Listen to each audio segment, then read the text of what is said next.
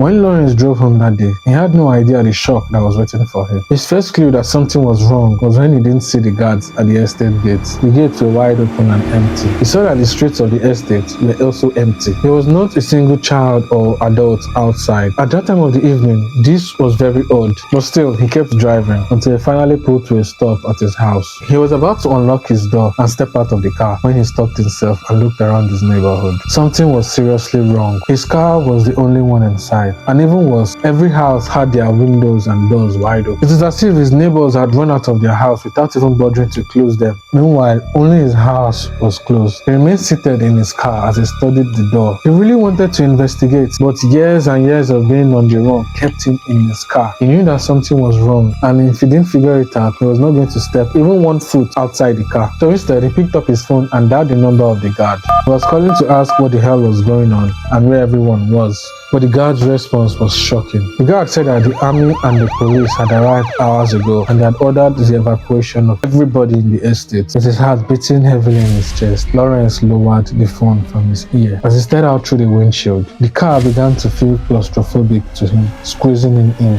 He knew why the estate was being evacuated. It was because the army were there for him. Lawrence was a known bomb maker for terrorists and bandits, and he was also a notorious kingpin in the arms trade. And so far, he had been able to elude the authorities, but it seemed that his luck had run out and they had finally been able to track him down right to his home. He was also sure that there was a sniper somewhere that was waiting for him to step out of the car so he would take a shot. Lawrence wasn't going to allow that. He knew then that he wasn't going to get into the house and he had to get out of the estate as soon as possible. So at once, he floored the pedal and spun the car around. He shot forward towards the estate gate like a bullet. He couldn't afford to let them catch him. And just then, soldiers began to appear out of their hiding places. They were carrying mean-looking weapons. In seconds, their trucks filled up the road. Even police officers joined them. They opened fire on Lawrence's car, shattering the windows upon impact, but he kept driving. He wasn't going to stop for anything. But then as he drove, he saw that some army trucks had blocked the road up ahead. However, this didn't faze him. He simply stepped harder on the pedal and gripped the wheel tighter. He was going to crash into them